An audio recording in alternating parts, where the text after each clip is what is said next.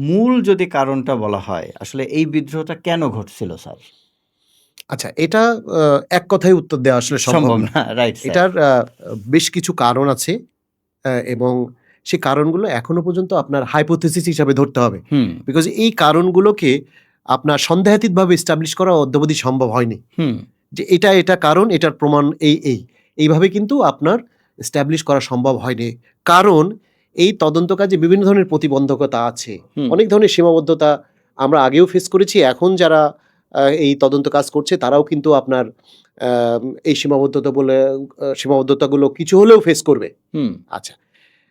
আ তাহলে কারণের কথা আমি ফেরত আসছি। কি কারণ আসলে? মানে ঘটনাটা আমি একটু উদাহরণ দিয়ে জি বলি স্যার। আপনাকে। মনে করেন যে আপনি একটা কোনো কাজে যাচ্ছেন। আপনি বাসা থেকে রওনা করা শুরু করলেন। এখন আপনি পথে বিভিন্ন লোকের সঙ্গে আপনার দেখা হচ্ছে। আপনি কেন যাচ্ছেন, কোথায় যাচ্ছেন, এইটা তাদেরকে ব্যাখ্যা করতে দেখা গেল যে তাদের সঙ্গে আপনার ইন্টারেস্ট মিলে গেল। হুম, তাদের ইনটেনশন মিলে গেল।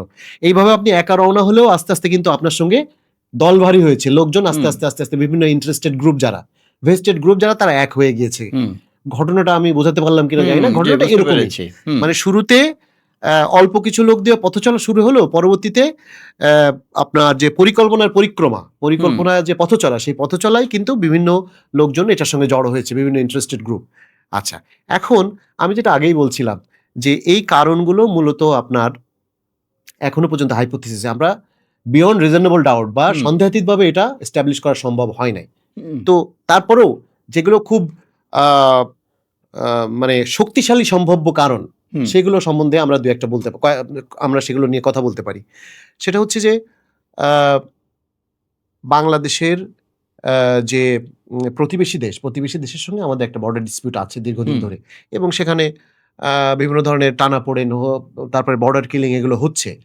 তো আপনি যদি মনে করতে পারেন তাহলে পরে আপনার সিলেটের পদুয়াতে যে একটা ডিসপিউট হয়েছিল, বর্ডার ডিসপিউট, হুম, সেটারই আপনার কনসিকুয়েন্স হিসাবে আপনার আ রৌমারীতে হুম, যে ঘটনাটা ঘটলো, যেটা কিন্তু আমাদের পার্শ্ববর্তী দেশের বর্ডার সিকিউরিটি ফোর্সের তাদের কিন্তু বেশ কয়েকজন জওয়ান ওখানে মৃত্যুবরণ করে আরকি। হুম, তারা হত্যাযোগ্য মানে মৃত্যুবরণ করে। হুম, পরবর্তীতে এই জিনিসটা ভারতীয় যে আপনার আভ্যন্তরীণ যে পলিটিক্স তথা ভারতের সংসদ পর্যন্ত এটা নিয়ে ব্যাপক প্রতিক্রিয়ার সৃষ্টি হয়। হুম।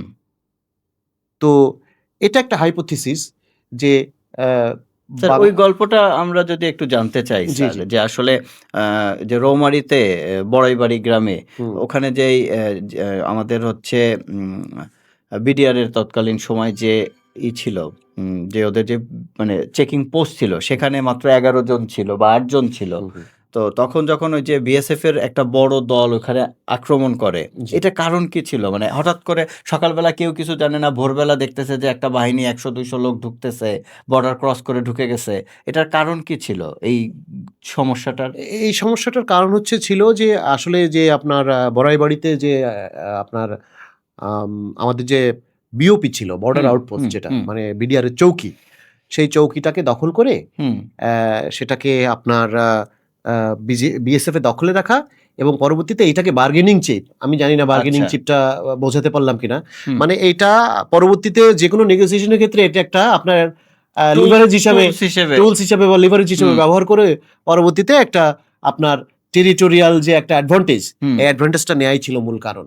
আচ্ছা, প্লাস এটার সঙ্গে আরেকটু যুক্ত করতে চাই, সেটা হচ্ছে হুম, পদুয়ার ঘটনায় হুম, বিএসএফ তথা ভারত যথেষ্ট অসন্তুষ্ট ছিল হুম। এ ব্যাপারে।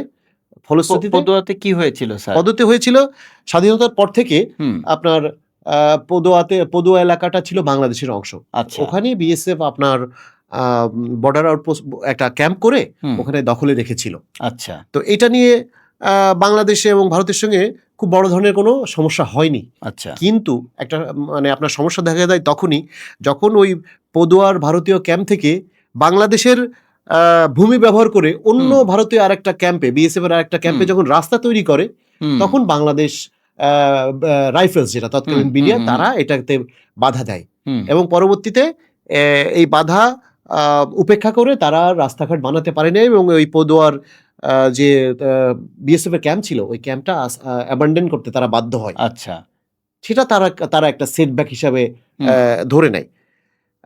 তো সেইটারই অংশ হিসাবে তারা কনসিকুয়েন্স হিসাবে তারা কিন্তু চলে আসে হচ্ছে আপনার বড়াইবাড়িতে। বড়ুয়াবাড়িতে।